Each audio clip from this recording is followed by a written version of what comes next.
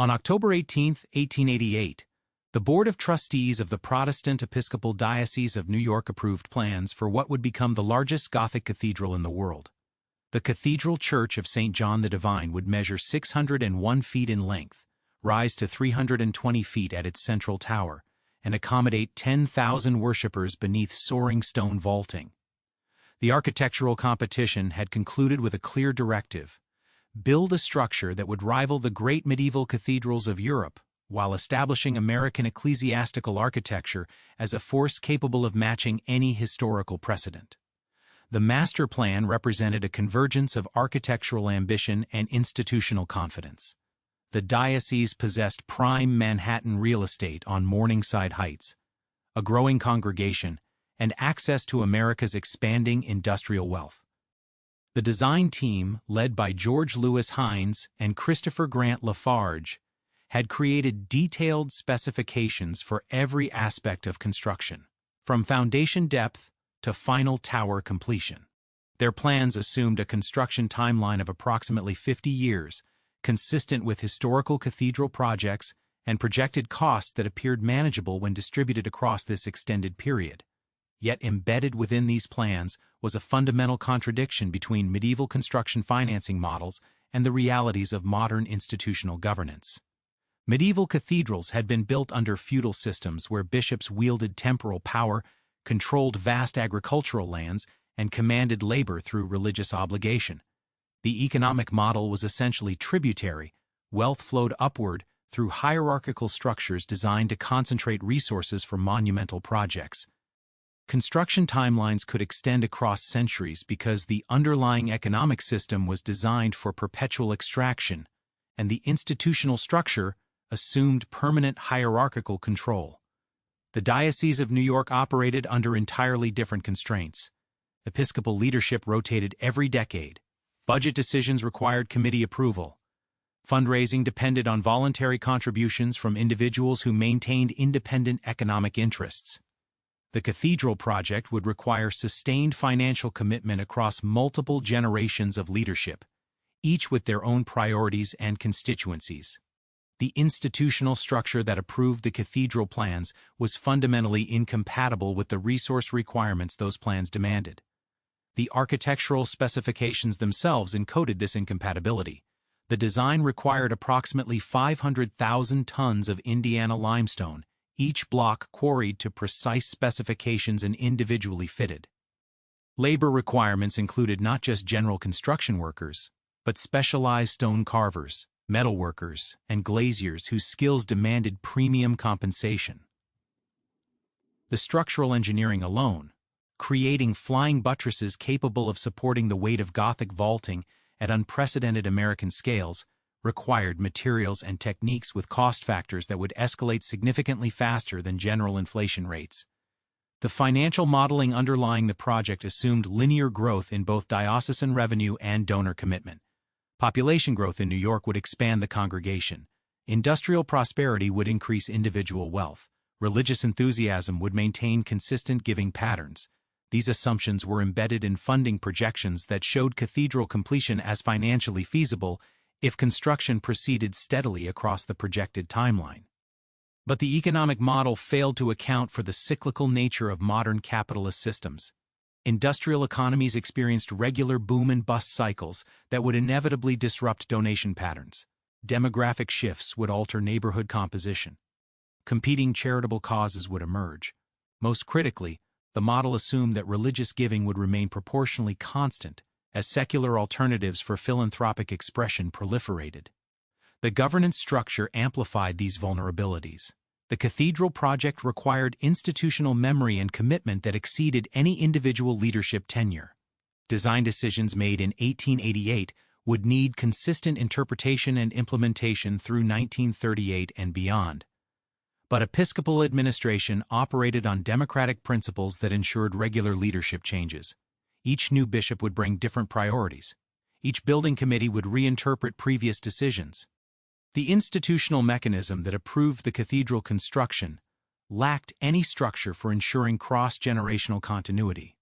The design team understood medieval construction techniques, but failed to recognize how those techniques had been embedded within specific economic and social systems. Gothic cathedrals required not just architectural knowledge, but tributary economic relationships that could sustain resource extraction across centuries. When Hines and Lafarge specified flying buttresses and ribbed vaulting, they were implicitly requiring an economic system capable of supporting specialized labor pools across multiple generations. The Diocese of New York possessed neither the economic base nor the institutional continuity necessary to maintain such specialization. The approved architectural plans created what systems engineers would recognize as a resource trap. Initial construction phases would consume available capital while creating structures that demanded ongoing maintenance regardless of completion status. Each phase of construction would generate sunk costs that made project abandonment seem wasteful, while simultaneously consuming resources that might otherwise be allocated to achievable objectives. The financial commitment required to maintain partially completed structures would compete directly with the financial commitment required to advance construction toward completion. The cathedral's design assumptions also failed to account for technological and social changes that would alter construction economics. Medieval cathedrals had been built using local materials and local labor, with transportation costs minimal. The New York project required materials shipped from distant quarries using industrial transportation networks. Labor patterns had shifted from guild-based artisan communities to wage-based industrial employment. The economic context that had made cathedral construction feasible in medieval Europe had fundamentally changed, but the architectural approach remained unchanged. The institutional approval process itself revealed the depth of these contradictions. The diocese voted to proceed based on preliminary cost estimates that assumed optimal conditions across a 50-year timeline. No contingency planning addressed the possibility of economic disruption, leadership changes, or demographic shifts. The approval process treated cathedral construction as a discrete project with predictable parameters, rather than as an institutional commitment that would need to adapt to decades of social and economic change. The design premise encoded an assumption that religious institutions in industrial America could function like medieval ecclesiastical hierarchies. The approved plans required resource allocation patterns, decision-making continuity, and community commitment that had been possible under feudal systems but were structurally incompatible with democratic, capitalist social organization. The cathedral was approved by an institution that lacked the characteristics necessary to sustain the project it had authorized. By 1892, as foundation excavation began, the Cathedral of St. John the Divine had already been designed to fail. The architectural plans were technically sound. The construction techniques were proven. The institutional approval was legitimate. But the system designed to execute these plans contained internal contradictions that would make completion impossible regardless of good intentions or technical competence. The cathedral would remain unfinished not because of external obstacles, but because the project had been conceived within an institutional framework that could not sustain the commitments the project required. The architectural plans approved in 1888 required institutional behaviors that the Episcopal Diocese of New York was structurally incapable of sustaining. While the design assumptions embedded mathematical impossibilities, the governance structure that would attempt to execute these plans contained latent organizational patterns that would amplify every financial and logistical challenge. The diocese operated according to democratic ecclesiastical principles that prioritized accountability and representation over the hierarchical authority that mega-scale construction projects demanded. The Episcopal Church's constitutional structure divided authority between bishops, standing committees, diocesan conventions, and parish vestries. This distribution of power had been designed to prevent the concentration of temporal authority that had characterized medieval ecclesiastical systems. But cathedral construction required exactly the kind of centralized decision-making that episcopal governance had been explicitly designed to prevent. Every major construction decision would require committee approval, convention ratification, and budgetary review by multiple independent bodies. The diocesan convention met annually to approve budgets, elect leadership, and establish policy priorities. Cathedral construction represented only one line item among competing demands for educational programs, missionary work, parish support, and administrative operations. Each annual budget cycle created an opportunity for cathedral funding to be reduced, redirected, or eliminated based on shifting priorities among lay delegates and clergy representatives. The institutional mechanism responsible for sustaining 50-year construction timelines was designed to reconsider all commitments on 12-month cycles. Episcopal bishops served terms that averaged 8 to 12 years, depending on election timing and retirement decisions. Cathedral construction would require consistent leadership across 4 to 6 different episcopal administrations. Each new bishop would inherit decisions made by predecessors, while facing constituencies that expected fresh priorities and approaches. The institutional continuity required for sustained construction conflicted directly with the democratic expectation that new leadership would bring new directions. The diocesan building committee structure amplified these discontinuities. Committee membership rotated based on convention elections and episcopal appointments. Architectural expertise varied widely among committee members, most of whom served based on general diocesan leadership rather than specific construction knowledge. Committee decisions about design modifications, contractor selection, and budget allocation were made by groups that lacked consistent membership, institutional memory, or specialized technical understanding. The financial oversight mechanisms created additional layers of discontinuity. Diocesan treasurers served terms that averaged 4 to 6 years. Investment committees reviewed cathedral endowment strategies based on contemporary financial conditions rather than long-term construction requirements. Annual audit procedures required justification for cathedral expenditures against current diocesan priorities, creating pressure to demonstrate immediate value rather than long-term progress toward completion. The cathedral project also operated within a complex web of competing institutional loyalties. Diocesan leadership maintained responsibilities to individual parishes, many of which required capital improvements, debt service, and program funding. Bishops faced pressure to demonstrate diocesan effectiveness through measurable outcomes, congregation growth, program expansion, financial stability. Cathedral construction produced visible progress only intermittently and required resource allocation that could otherwise address immediate parish needs. The fundraising structure revealed additional organizational contradictions. Major donor cultivation required personal relationships that bishops and senior clergy needed to maintain across years or decades. But episcopal leadership rotation meant that donor relationships established under one administration might not transfer effectively to the next. Donors who had committed to supporting a specific bishop's vision might reduce their commitment when leadership changed, particularly if new priorities emerged that conflicted with previous cathedral emphasis. The diocese also operated within broader episcopal church structures that created competing demands for attention and resources. National church initiatives, missionary programs, and educational institutions required diocesan financial support. Seminary funding, pension obligations, and national convention assessments represented non-discretionary budget items that reduced available cathedral funding. The cathedral project competed not only against diocesan priorities, but against church-wide commitments that diocesan leadership could not control. Professional staff continuity presented another latent organizational weakness. Cathedral construction required relationships with architects, contractors, and specialized craftsmen who needed to understand design intent across multiple construction phases. But diocesan administrative staff served at the pleasure of bishops and building committees. Staff changes could disrupt ongoing relationships with construction professionals, creating gaps in institutional knowledge about design decisions, contractor performance, and technical specifications. The relationship between the cathedral project and the Episcopal Church's theological priorities created additional organizational tensions. Episcopal theology emphasized social justice, community service, and pastoral care over monumental architecture.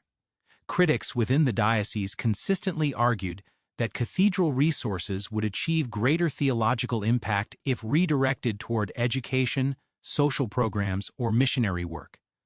These critiques gained influence during economic downturns or social crises when monumental construction appeared inconsistent with Christian priorities. The cathedral site itself created unique administrative challenges that diocesan governance was poorly equipped to handle.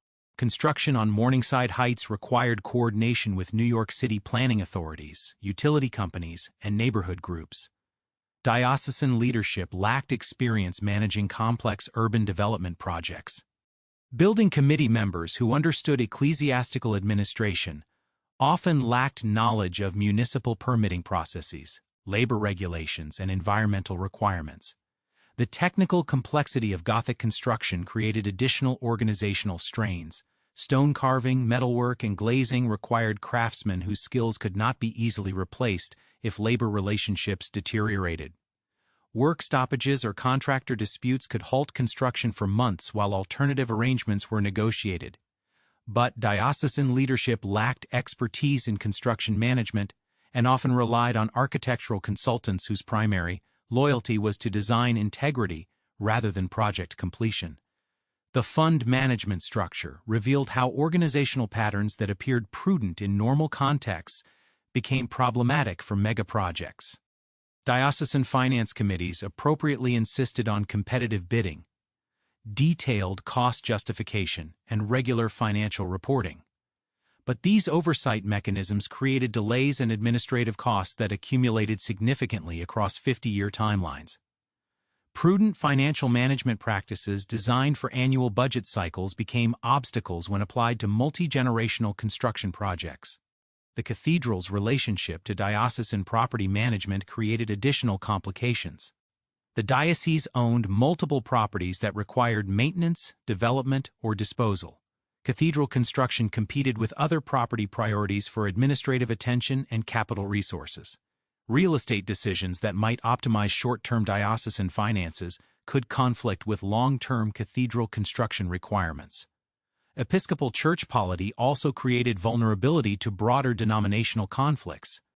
Theological disputes, social controversies, and political disagreements within the national church could affect diocesan unity and financial stability. Cathedral construction required institutional cohesion that could be disrupted by external ecclesiastical conflicts beyond diocesan control. The professional development expectations for episcopal leadership further complicated cathedral management. Bishops were expected to demonstrate competence in theological education, pastoral care, community relations, and institutional administration. Cathedral construction management represented an additional specialized skill set that few bishops possessed. Leadership appointments were made based on general episcopal qualifications rather than construction project management capabilities. The diocesan convention structure, designed to ensure democratic participation in church governance, created particular challenges for cathedral project management. Annual conventions included lay delegates from dozens of parishes, each representing local constituency interests that might conflict with cathedral priorities. Convention debates about cathedral funding occurred in public forums where project critics could influence broader diocesan opinion. Construction decisions that might be routine matters for professional project managers became political issues within diocesan democratic processes. The cathedral project also inherited the Episcopal Church's broader institutional patterns regarding financial management. Episcopal institutions traditionally operated on annual budget cycles with conservative reserve requirements. Megaprojects required financial strategies that committed future resources and accepted calculated risks across extended timelines. The institutional mindset that preserved episcopal financial stability was fundamentally incompatible with the resource allocation patterns that cathedral construction demanded. By 1892, as foundation construction began, the Cathedral of St. John the Divine was being executed by institutional structures designed for entirely different purposes. The governance patterns that ensured episcopal democratic accountability created decision-making fragmentation that mega-projects could not survive. The financial oversight mechanisms that protected diocesan fiscal responsibility created administrative delays that accumulated into major cost escalations. The leadership rotation systems that prevented ecclesiastical autocracy created continuity gaps that made sustained construction impossible. The latent organizational conditions were not design flaws in episcopal governance. They were features that serve the broader institutional mission effectively, but they were also features that made cathedral completion structurally impossible regardless of individual competence or commitment. The cathedral project required institutional behaviors that the Episcopal Church had been specifically designed to prevent. The human factors that would influence cathedral construction were not individual psychological characteristics, but systemic organizational patterns that shaped how decisions were made, resources were allocated, and priorities were established. The institutional framework that had approved cathedral construction was incapable of sustaining the commitments that construction required. The first systematic documentation of the gap between cathedral planning assumptions and construction reality emerged during the 1909 to 1911 budget reconciliation process. After 20 years of foundation work and initial structural construction, the Diocesan Building Committee commissioned a comprehensive cost analysis to project completion requirements. The resulting reports revealed that actual construction expenses had exceeded original projections by margins that made the approved architectural plans financially impossible to execute under any conceivable funding scenario.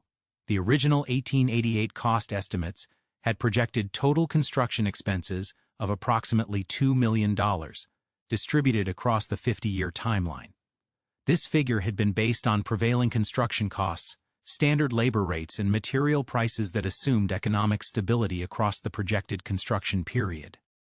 The estimates included contingency allowances for normal cost escalation, but assumed that basic economic relationships between labor, materials, and construction services would remain proportionally constant.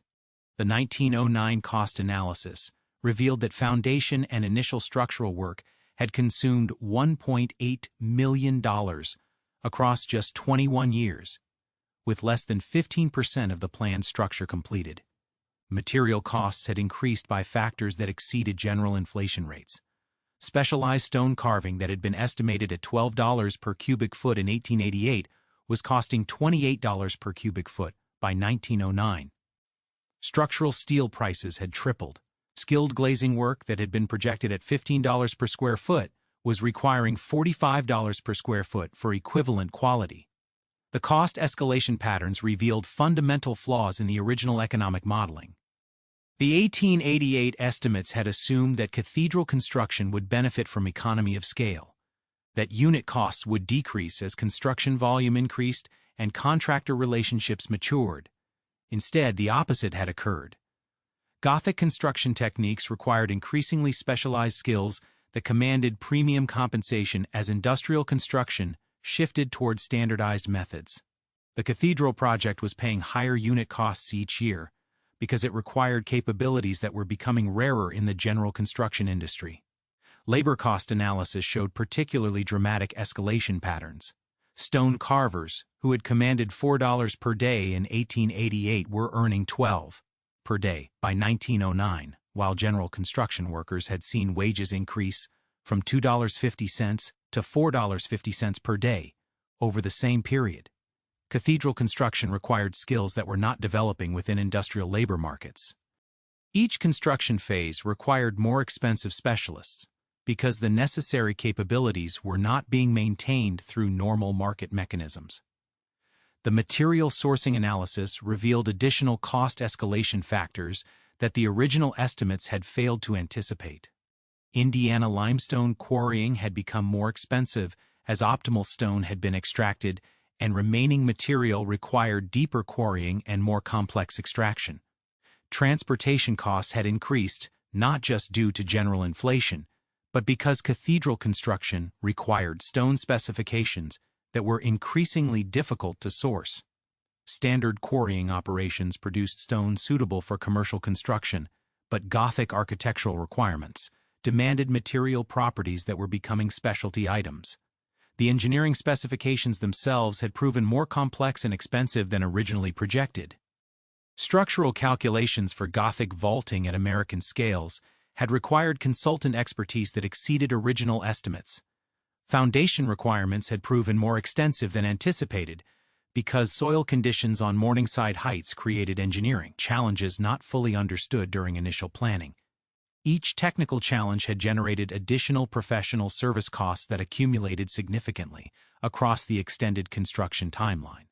The 1909 analysis also documented how construction sequence requirements had created inefficiencies that compounded cost escalation. Gothic architecture required construction phases that proceeded according to structural logic rather than economic efficiency. Stone carving could not be accelerated through parallel production because each carved element needed to fit precisely with adjacent elements. Structural steel installation required completion of previous phases that could not be expedited without compromising architectural integrity. The revised cost projections calculated that cathedral completion under the original architectural plans would require approximately $12 million in 1909 dollars, a six-fold increase over original estimates. This revision was not based on design modifications or scope expansion, but on accurate assessment of the actual cost required to execute the approved 1888 plans. The economic foundation underlying cathedral construction had proven to be systematically inaccurate. The building committee's response to these findings revealed how institutional decision-making processes had become trapped by sunk costs. Rather than reconsidering the fundamental viability of the cathedral project, committee discussions focused on strategies for managing the cost escalation.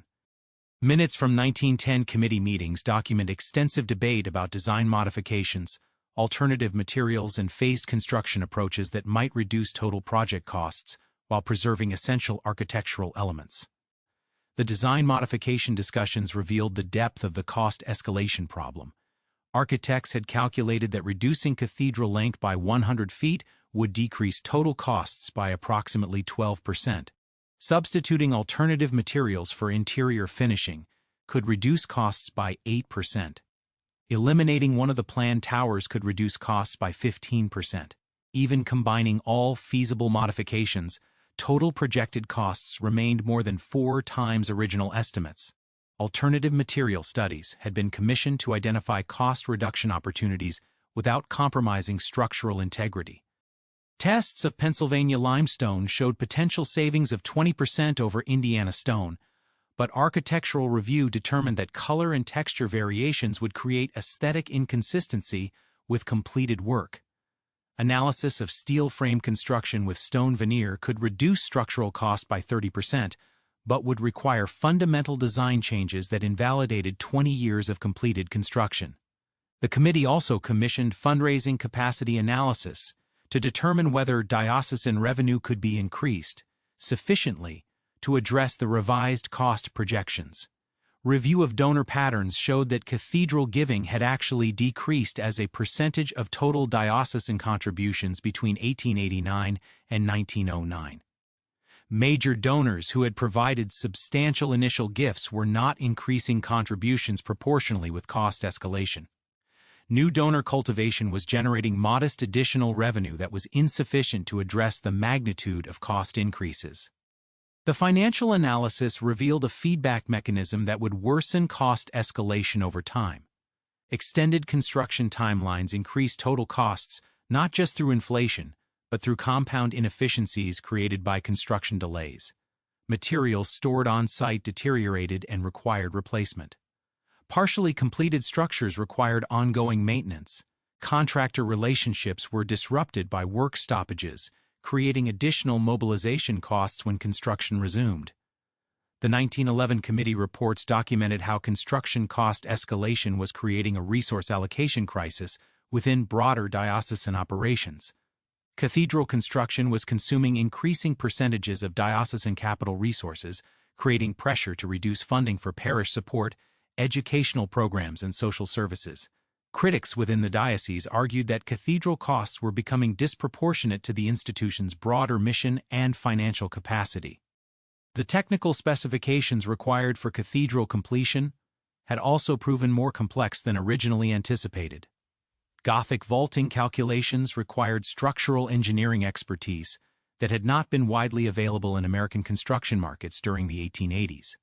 By 1909, the necessary expertise existed, but commanded premium compensation because few projects required such specialized knowledge.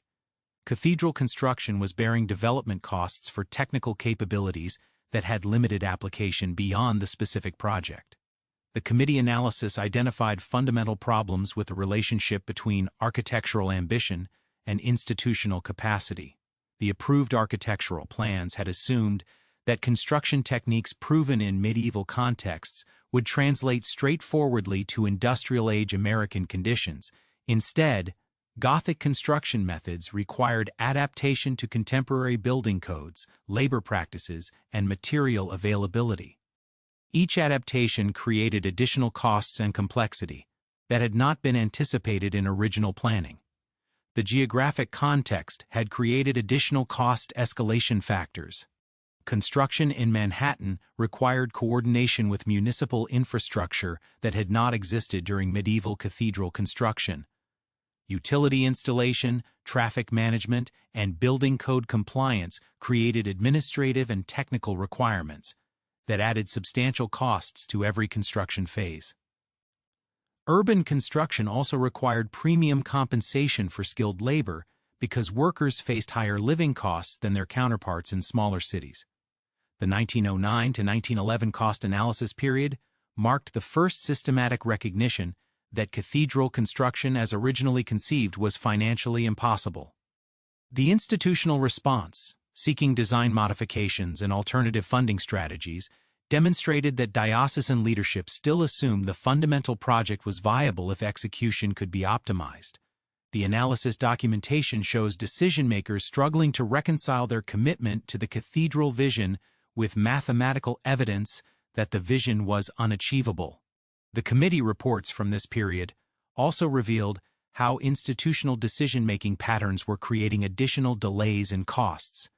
Every proposed modification required architectural review, committee approval, and convention ratification. The democratic processes that ensured appropriate oversight were adding months or years to design decisions that professional project managers could have implemented immediately.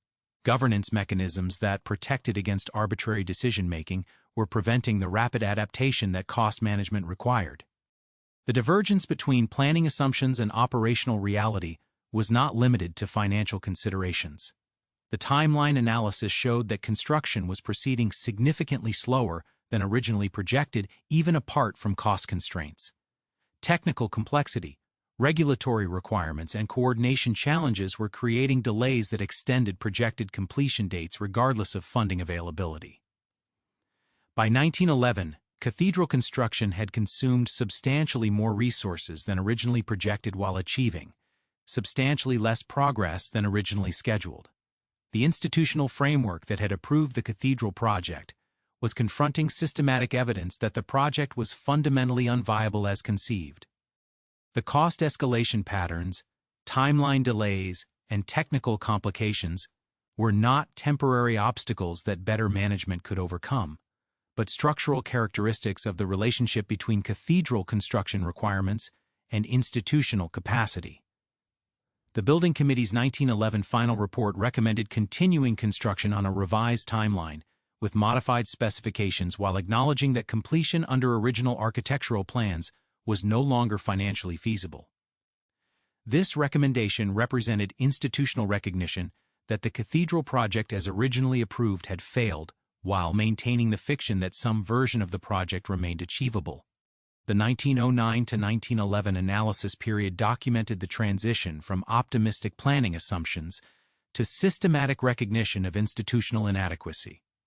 The gap between cathedral requirements and diocesan capacity was not a temporary funding shortfall that could be addressed through better fundraising or more efficient management, but evidence of fundamental incompatibility between project demands and institutional capabilities. The recognition of fundamental cost viability problems during 1909 to 1911 created a construction management crisis that would demonstrate how partial completion of Gothic architecture generates irreversible resource commitments, unlike modern construction projects that can be suspended and resumed with minimal additional costs. Gothic cathedral construction created physical and financial obligations that accumulated regardless of work pace. The institutional response to cost escalation attempting to manage the project through intermittent construction phases would prove to accelerate rather than control the resource drain that was making completion impossible. The technical artifact that most clearly documented this failure mechanism was the series of construction work stoppage and resumption reports filed between 1915 and 1925.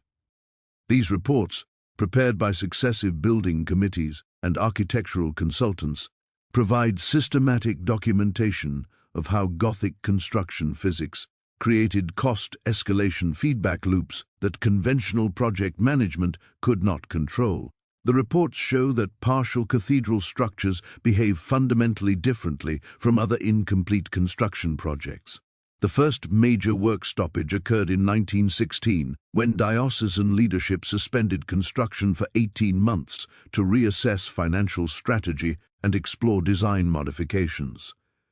The decision was presented as prudent project management, pausing work to develop sustainable funding before proceeding.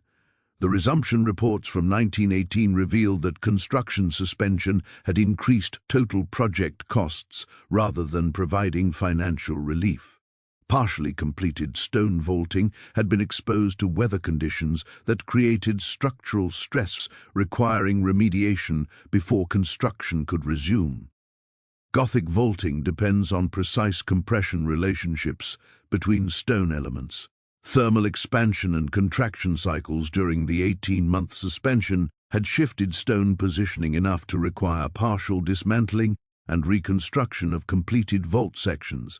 The remediation costs exceeded the savings achieved through construction suspension. The masonry analysis documented in the 1918 resumption report showed that Gothic stonework creates maintenance obligations that increase exponentially with incomplete construction. Medieval cathedrals had been designed for continuous construction that completed structural elements before exposing them to extended weather cycles. 20th century construction management practices that assumed work could be paused and resumed were incompatible with Gothic structural requirements. Mortar joint analysis revealed particularly problematic deterioration patterns. Gothic construction used lime-based mortars that required protection from freeze-thaw cycles during curing periods that could extend across multiple years.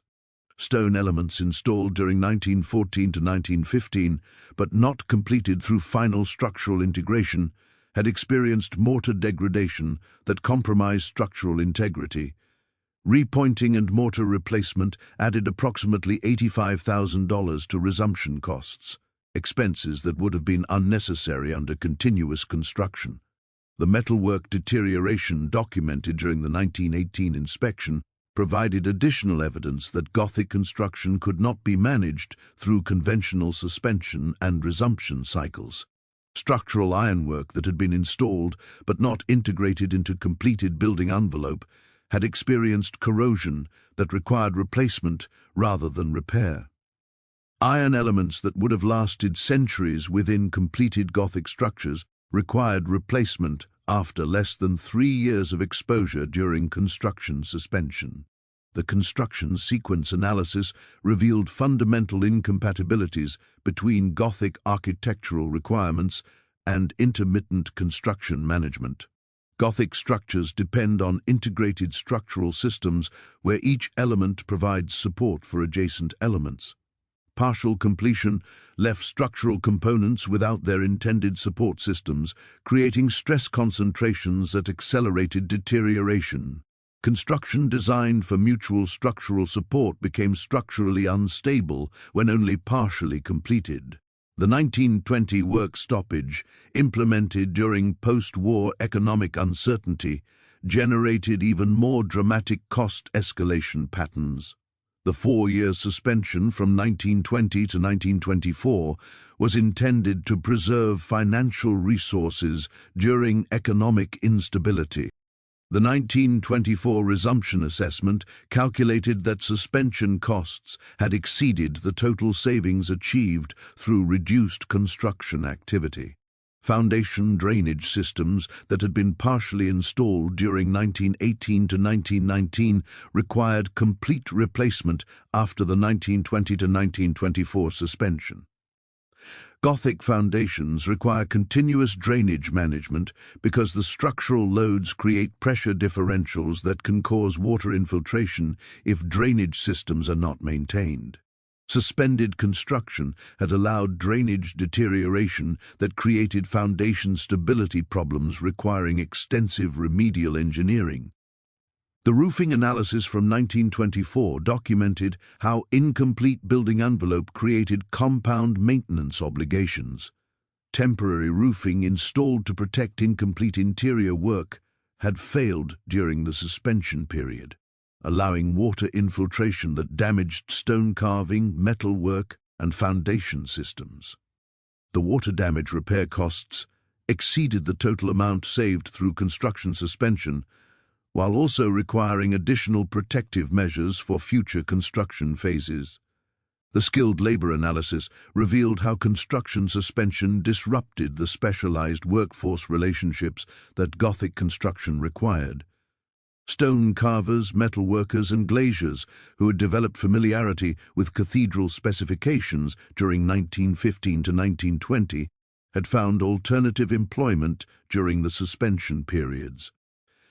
Reconstruction required training new craftsmen in techniques and standards that had been developed through years of cathedral-specific experience. The labor remobilization costs included not just higher wages, but extended timelines while new workers achieved competency with cathedral requirements.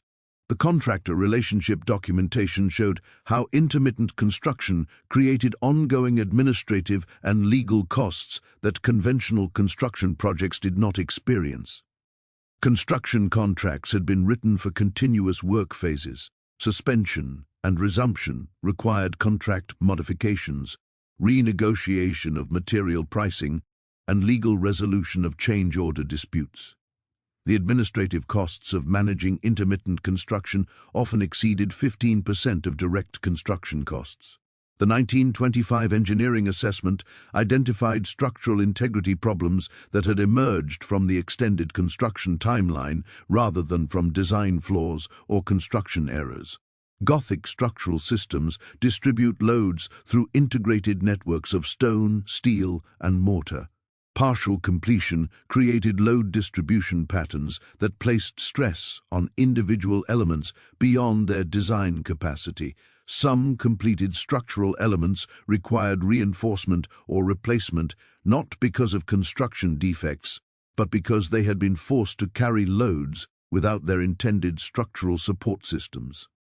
The material storage and deterioration reports documented how extended construction timelines created inventory management problems that conventional projects did not face.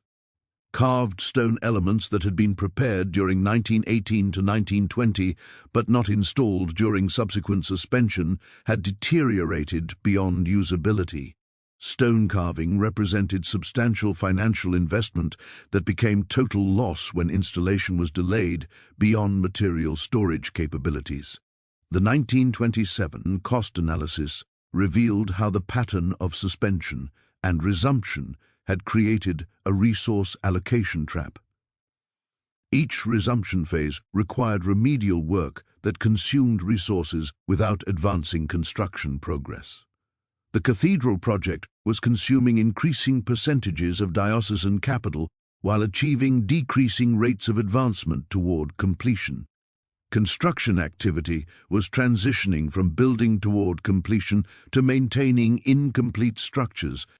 The technical specifications required for 1920s construction also revealed how Gothic building techniques were becoming increasingly expensive as industrial construction methods standardized around different approaches. Gothic stonework required hand tools and techniques that were no longer being maintained through normal construction industry training.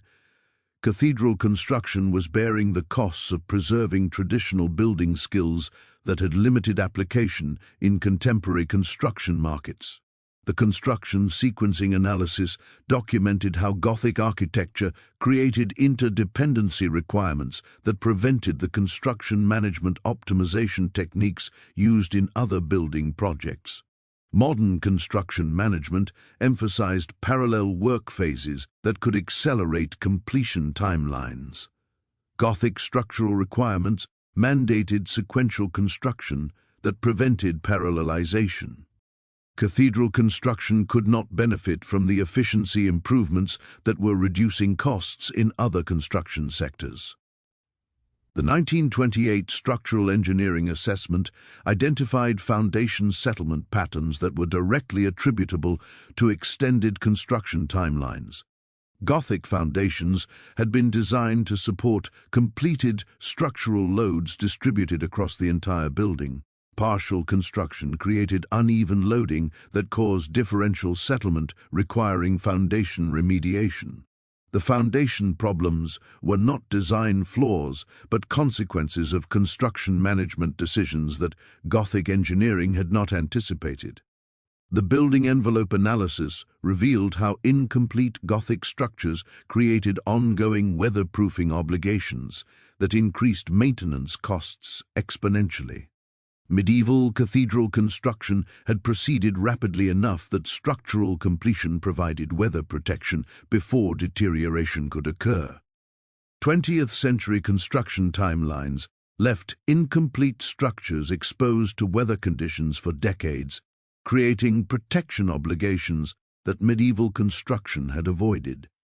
The 1929 financial analysis calculated that construction suspension and resumption cycles were generating more costs than continuous construction would have required, while producing less advancement toward completion. The cathedral project had developed a resource consumption pattern that was inversely related to construction progress. More financial resources were being consumed to maintain incomplete construction than would have been required to advance construction toward completion.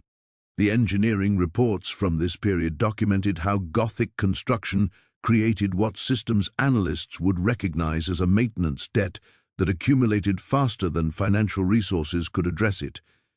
Each incomplete structural element required ongoing maintenance to prevent deterioration. The maintenance obligations increased exponentially as more structural elements were partially completed but not integrated into finished building systems. The comprehensive technical assessment completed in 1930 concluded that cathedral construction, as currently managed, was generating net resource consumption rather than progress toward completion. The combination of partial construction, maintenance obligations, repeated remediation requirements, and construction inefficiencies created by intermittent work schedules had created a system where construction activity consumed more resources than it produced in advancement toward project completion. The failure chain documented through construction work stoppage reports showed that Gothic cathedral architecture contained structural characteristics that made conventional construction project management counterproductive. Attempts to control costs through construction suspension created maintenance obligations that exceeded construction savings. Efforts to optimize construction scheduling through intermittent phases generated inefficiencies that exceeded the benefits of improved resource allocation. By 1930, the cathedral construction project had developed into a resource consumption system that could maintain incomplete structures but could not advance toward completion. The physical characteristics of Gothic construction had created a feedback loop where prudent financial management decisions generated additional costs rather than providing financial relief. The project had become trapped in a maintenance cycle that prevented progress toward the completion that would eliminate maintenance obligations. The recognition by 1930 that cathedral construction had become a resource consumption system rather than a progress toward completion system prompted a series of institutional stabilization attempts that would demonstrate how corrective measures could reinforce underlying structural problems rather than resolving them. The technical artifact that most clearly documented these stabilization attempts and their unintended consequences was the Comprehensive Strategic Planning Initiative undertaken between 1932 and 1945, which generated multiple alternative approaches to cathedral completion while simultaneously creating new dependencies that further embedded the project's fundamental contradictions. The first major stabilization attempt was the 1932 endowment campaign, designed to create a permanent financial foundation that would sustain cathedral construction regardless of annual diocesan budget fluctuations. The campaign sought to raise $5 million to establish an endowment whose investment returns would fund construction activities independent of ongoing fundraising requirements. The endowment strategy represented recognition that the original funding model had failed, while attempting to solve the resource problem through financial engineering rather than addressing the underlying incompatibilities between project requirements and institutional capacity. The endowment campaign analysis revealed how stabilization attempts created new institutional dependencies that complicated, rather than simplified, cathedral management. The campaign required professional fundraising expertise that diocesan staff did not possess. External fundraising consultants were contracted to design and implement the endowment strategy, creating ongoing professional service relationships that consumed substantial portions of campaign proceeds. The consultants' fees, estimated at 12 to 15% of funds raised, represented resources that could not be applied to construction activities. The endowment management requirements also created additional administrative complexity within diocesan operations. Investment oversight required financial expertise that building committees did not possess. Diocesan leadership needed to develop investment policies, oversight procedures, and performance evaluation mechanisms for endowment management. The administrative infrastructure required to manage the endowment consumed resources and attention that had previously been focused on construction activities. The 1932 to 1936 campaign period demonstrated how fundraising activities could compete with, rather than support, construction progress. Campaign events, donor cultivation, and publicity efforts required substantial time commitments from diocesan leadership and building committee members. The campaign consumed institutional attention and resources that might otherwise have been applied to construction management. Fundraising activities became an additional institutional obligation rather than a solution to resource constraints. The endowment campaign also revealed limitations in donor capacity that had not been adequately assessed during planning. The campaign targeted major donors who had supported initial cathedral construction during the 1890s and 1900s. Many of these donors had reduced their giving capacity due to economic changes, geographic relocation, or generational transitions. The donor base that had supported initial construction was not available to support endowment creation at the scale required for sustainable construction funding. The campaign results demonstrated systematic problems with the endowment strategy. After 4 years of intensive fundraising effort, the campaign had raised approximately $1.8 million toward the $5 million target. Investment analysis showed that the achieved endowment would generate annual income of approximately $75,000, insufficient to sustain construction activities that required $200,000 minus $300,000 annually for meaningful progress. The endowment strategy had consumed substantial resources while providing inadequate financial foundation for sustained construction. The second major stabilization attempt emerged from the 1938 Architectural Review Commission, established to evaluate design modifications that might reduce completion costs while preserving architectural integrity. The commission included architectural historians, structural engineers, and diocesan representatives tasked with identifying feasible approaches to cathedral completion under financial constraints that had proven more severe than original planning had anticipated. The Commission's technical analysis revealed fundamental problems with partial completion strategies. Attempts to reduce cathedral size by eliminating planned towers or shortening the nave required structural modifications that would compromise the integrity of completed work. Gothic structural systems distribute loads through integrated relationships between all architectural elements. Removing planned components would require reinforcement or replacement of completed structural work, generating costs that often exceeded the savings achieved through size reduction. The alternative material studies commissioned by the Review Board demonstrated how attempts to reduce costs through substitution created aesthetic and structural problems that generated additional expenses. Concrete construction could reduce material costs by approximately 30%. But concrete structures could not be integrated with completed stonework, without creating expansion joint problems and aesthetic inconsistency. Steel frame construction with stone veneer could reduce structural costs while maintaining visual consistency, but would require replacement of completed stone structural elements at costs exceeding the savings achieved through alternative construction methods. The Commission also evaluated simplified construction techniques that might reduce specialized labor requirements while achieving architectural goals. Analysis showed that simplified Gothic, using standardized rather than custom-carved elements, could reduce costs by approximately 25%. However, simplified techniques could not be applied to sections adjacent to completed custom work without creating aesthetic discontinuities that would compromise architectural integrity. The completed construction established quality standards that subsequent work needed to match, regardless of cost implications. The most significant finding of the Architectural Review Commission was that cathedral completion under any modified approach would still require resources substantially exceeding diocesan capacity. Even with maximum feasible cost reductions, cathedral completion would require approximately $6 to $8 million in 1940s dollars. The Commission's analysis confirmed that cost reduction strategies could not bridge the gap between project requirements and institutional resources.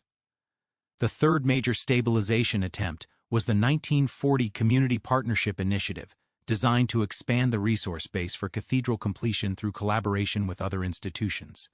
The initiative sought partnerships with Columbia University, Union Theological Seminary, and other Morningside Heights institutions that might benefit from cathedral completion while contributing financial or technical resources to construction activities.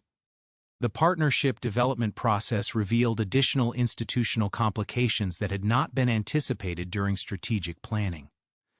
Potential partner institutions maintained their own capital priorities that competed with cathedral support for limited resources.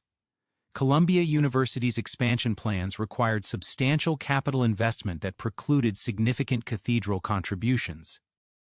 Union Seminary faced its own financial challenges that prevented meaningful partnership participation. The institutions that might logically support cathedral completion lacked available resources for external commitments.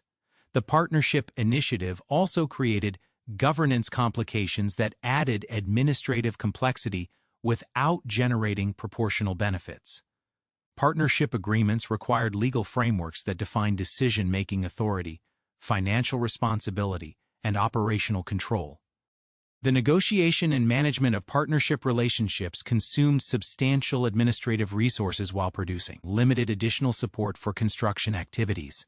The community partnership approach generated modest additional resources, approximately $150,000 over 5 years, while creating ongoing administrative obligations that consumed significant institutional attention.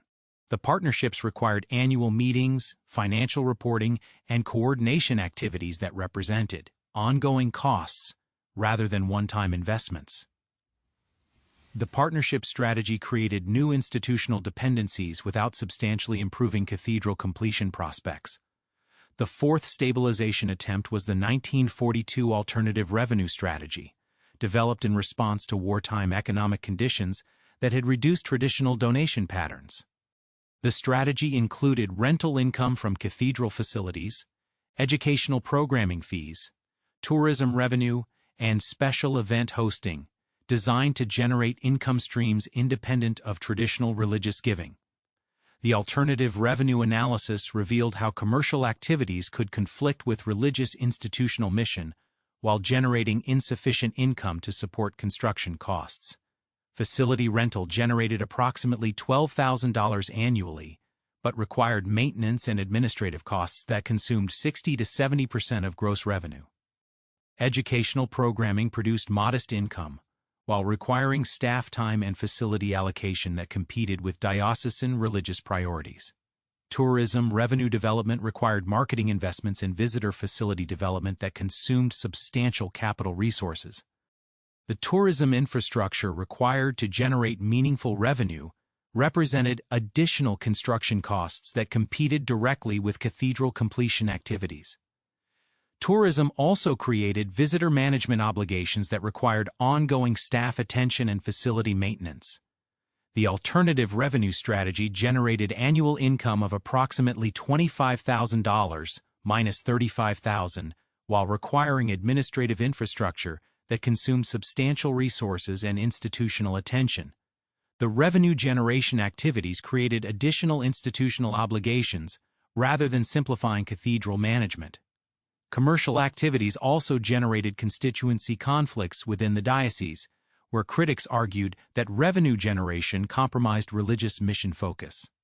The 1943 wartime construction suspension represented an involuntary stabilization period that provided additional data about the costs of construction interruption.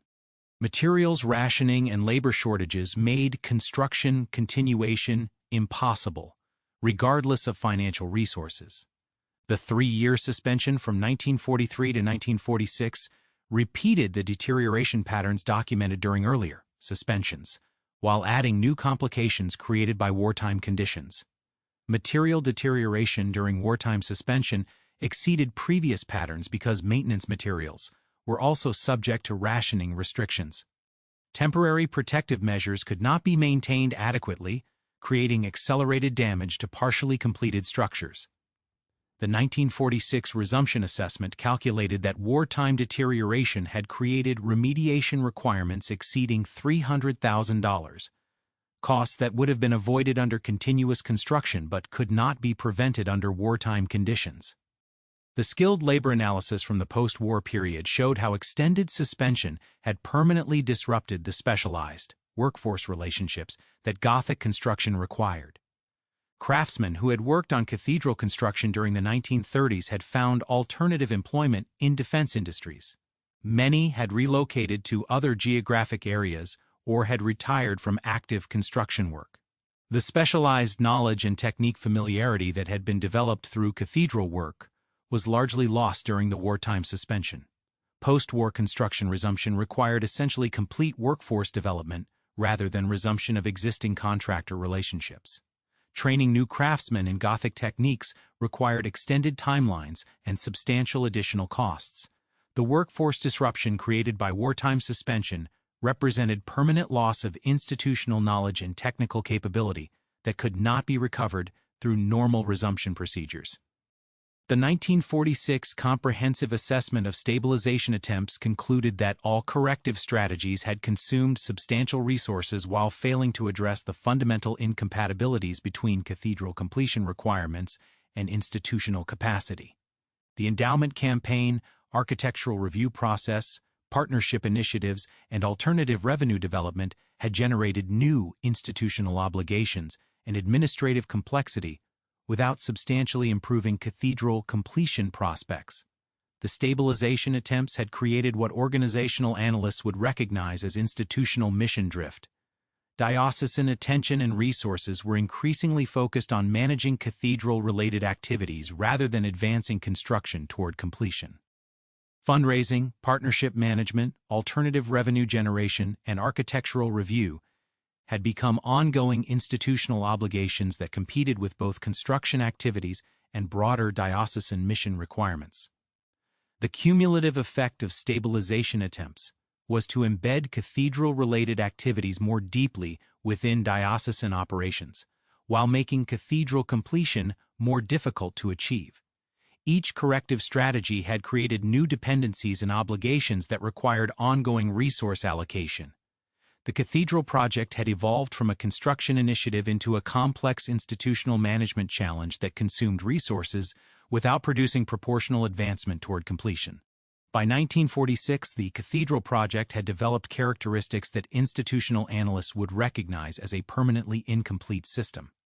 The project generated sufficient institutional momentum to sustain ongoing activities while lacking the resource capacity to achieve completion.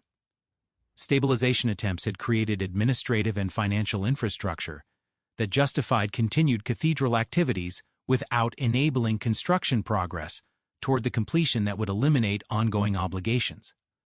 The institutional dynamics that had driven the Cathedral of St. John the Divine into permanent incompletion by 1946 would be systematically documented and analyzed through subsequent decades of organizational studies, architectural project management research, and institutional governance analysis.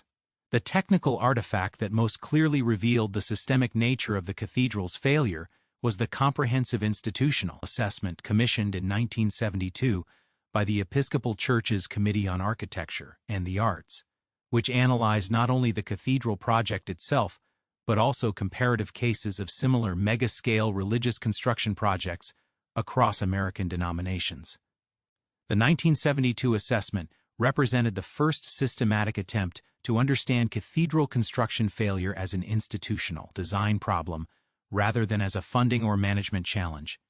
The assessment team included organizational behavior specialists, construction management professionals, and religious institutional experts who approached the cathedral project as a case study in the relationship between institutional governance structures and large-scale capital project requirements.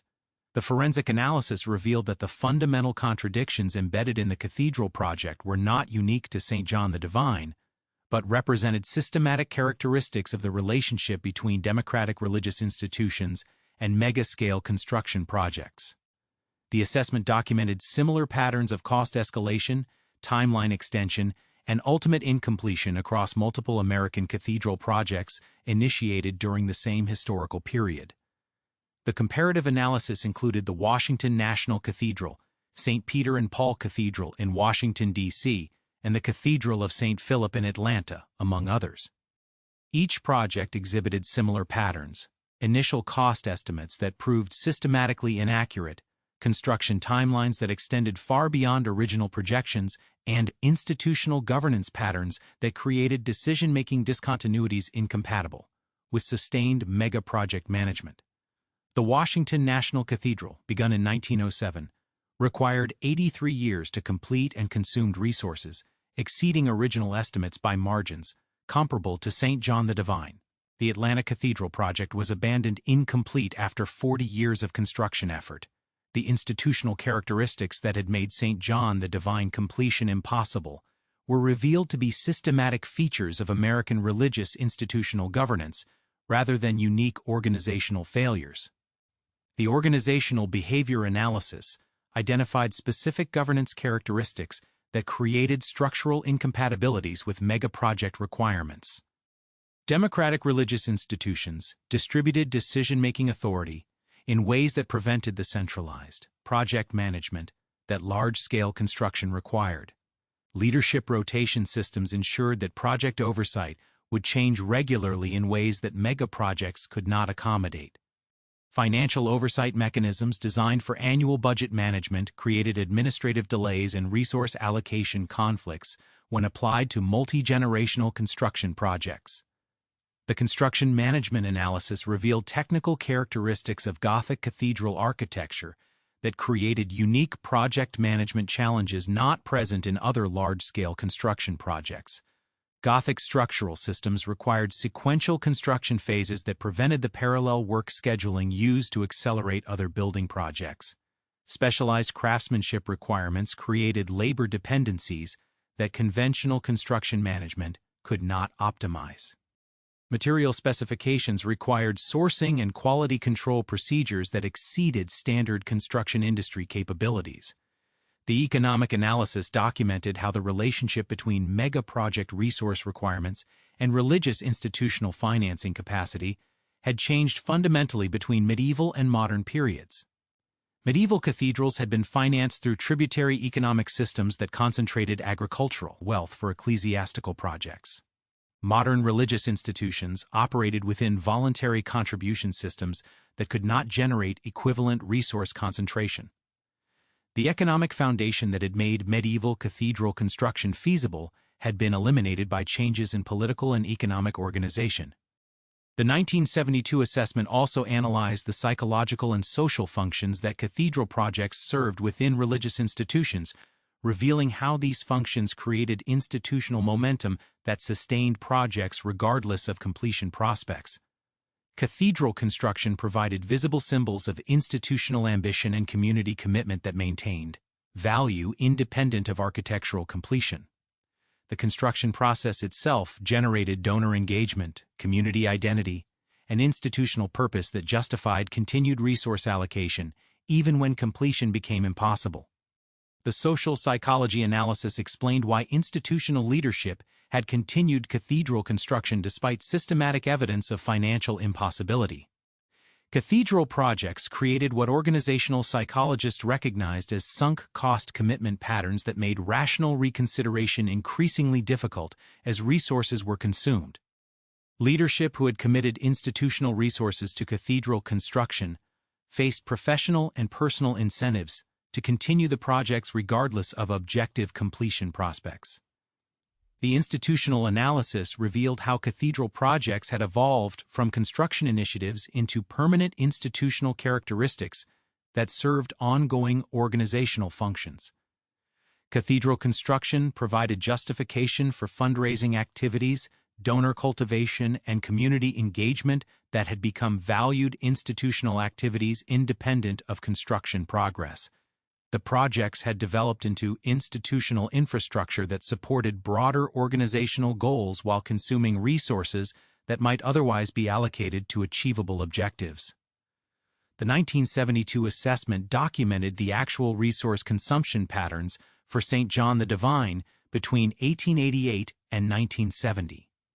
Total expenditures had exceeded $15 million while achieving approximately 60% structural completion. Annual resource allocation for cathedral activities averaged $180,000, including construction, maintenance, and administration. The project had consumed resources equivalent to constructing multiple smaller churches while failing to achieve the cathedral completion that had justified the initial resource commitment. The architectural analysis revealed how the incomplete cathedral had developed structural and aesthetic characteristics that differed substantially from the original design intent. Multiple design modifications, material substitutions, and construction compromises had created a building that bore limited resemblance to the Gothic cathedral envisioned in 1888. The completed portions represented architectural compromises rather than authentic Gothic construction, while still requiring resource allocation patterns incompatible with institutional capacity. The maintenance analysis documented how incomplete cathedral structures created ongoing resource obligations that would persist indefinitely regardless of decisions about construction completion. Partial structures required weather protection, structural monitoring, and periodic remediation that consumed substantial annual resources.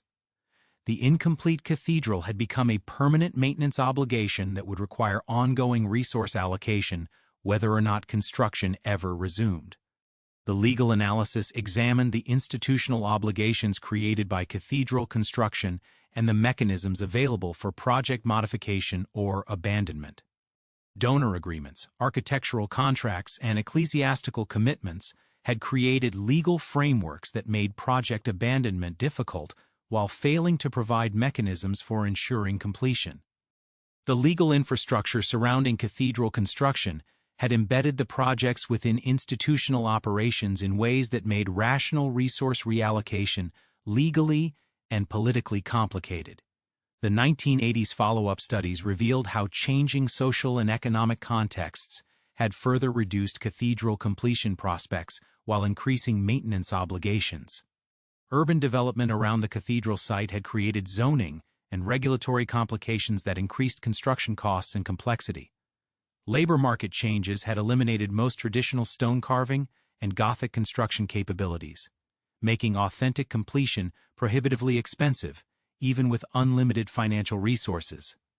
The demographic analysis showed how Episcopal Church membership patterns had changed in ways that reduced both the constituency for cathedral completion and the resource base for construction funding. Suburban migration had reduced urban Episcopal congregations. Changing religious giving patterns had shifted donor priorities towards social services and education rather than monumental architecture. The social foundations that had supported initial cathedral construction had been transformed by demographic and cultural changes. The 1990s technology assessment examined whether modern construction techniques could reduce cathedral completion costs while maintaining architectural integrity. Computer-aided design, mechanized stone cutting, and prefabrication technologies offered potential cost reductions, but analysis showed that technology could not address the fundamental incompatibilities between mega-project resource requirements and institutional governance capacity. Technological advances could reduce construction costs, but could not resolve the organizational and financial patterns that had made completion impossible. The comprehensive assessment completed in 2000 documented how the Cathedral project had achieved a stable state of permanent incompletion that served institutional functions while consuming resources without progress toward completion. Annual resource allocation for cathedral activities provided employment for administrative staff, maintenance workers, and professional consultants. The project had created institutional infrastructure that justified its own continuation while lacking capacity to achieve the completion that would eliminate ongoing resource requirements. The institutional evolution analysis revealed how cathedral projects had transformed religious institutions in ways that extended far beyond construction activities. Cathedral management had required diocesan development of professional fundraising, project management, and property maintenance capabilities that served broader institutional purposes. The projects had created administrative infrastructure and professional expertise that enhanced institutional capacity while consuming resources that might otherwise support religious programming. The cultural impact analysis examined how incomplete cathedral projects had influenced American religious architecture and institutional planning. The systematic failure of cathedral construction had demonstrated the incompatibilities between medieval architectural forms and modern institutional governance, leading to architectural approaches that emphasized achievable scales and sustainable resource requirements.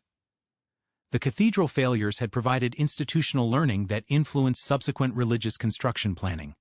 The 2010 final assessment synthesized 6 decades of institutional analysis to identify systematic lessons about mega-project institutional design. Religious institutions with democratic governance structures could not sustain the centralized decision-making that mega-projects required. Voluntary contribution financing could not generate the resource concentration that mega-scale construction demanded. Specialized architectural requirements that exceeded contemporary industry capabilities created cost escalation patterns that institutional budgeting could not accommodate. The systematic lessons extended beyond religious institutions to broader institutional design principles. Democratic institutions could achieve complex objectives through approaches that distributed decision-making and resource requirements across multiple projects rather than concentrating them within single mega-initiatives. Institutional governance designed for accountability and representation created management patterns incompatible with mega-project execution requirements. The Cathedral case study had demonstrated that institutional design problems could not be resolved through better management, improved fundraising, or technical optimization. Fundamental incompatibilities between institutional characteristics and project requirements created structural failures that individual competence or commitment could not overcome. The institution that approved cathedral construction lacked the characteristics necessary to sustain the commitments the project required. The forensic evidence revealed that the Cathedral of St. John the Divine remained incomplete not because of inadequate planning, insufficient funding, or poor management, but because completion was never institutionally possible under the governance and financing structures that had been chosen. The building stands as a permanent monument to the systematic incompatibilities between democratic institutional governance and mega-scale construction project requirements. The cathedral's incomplete state represented the stable equilibrium of a system designed with contradictory objectives. The institutional framework that valued democratic accountability, financial responsibility, and mission flexibility could not sustain the authoritarian decision-making, concentrated resource allocation, and single-purpose focus that cathedral completion required. The physical incompletion accurately reflected the institutional contradictions embedded in the project design. The systemic lessons documented through decades of analysis confirmed that the cathedral project had failed not despite good intentions and technical competence, but because of fundamental design flaws that made success impossible regardless of individual effort or institutional commitment. The project demonstrated how systems could function exactly as designed while ensuring their own perpetual incompletion.